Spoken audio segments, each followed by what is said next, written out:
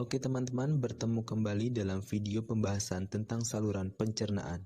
Di video ini akan dibahas tentang organ usus besar dan anus. Usus besar merupakan saluran pencernaan kelima setelah makanan masuk melalui rongga mulut, kemudian ke esofagus, lambung, usus halus, dan kemudian masuk ke usus besar. Seperti pada bagian usus halus, dinding usus besar terdiri dari 4 lapisan utama, yaitu mukosa, submukosa, muscularis, dan serosa. Usus besar terdiri dari 4 bagian utama. Yang pertama adalah ascending colon, atau bagian usus besar yang menaik.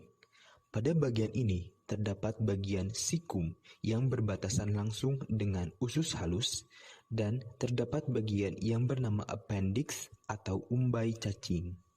Bagian usus besar yang kedua adalah transversum colon, yaitu bagian usus besar yang melintang dari kanan ke kiri rongga perut bagian atas. Bagian selanjutnya adalah descending colon, yaitu bagian usus besar yang menurun.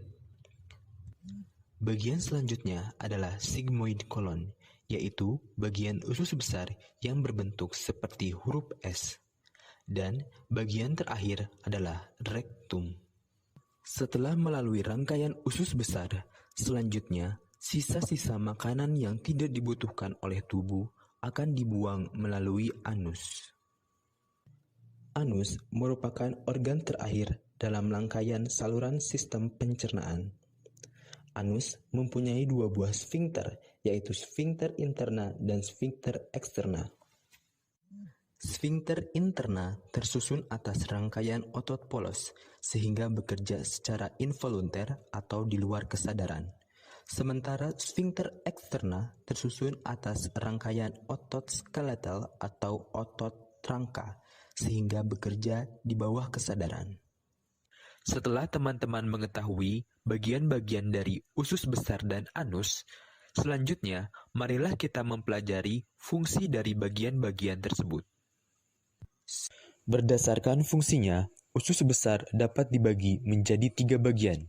Yang pertama adalah bagian sikum, yang kedua adalah bagian kolon, yang terdiri dari bagian ascending colon, transversum colon, descending colon, dan sigmoid colon. Dan yang ketiga adalah bagian rectum. Sikum merupakan bagian yang berfungsi untuk menghubungkan usus besar dan usus halus. Di dalam sikum juga terjadi penyerapan air dan mineral.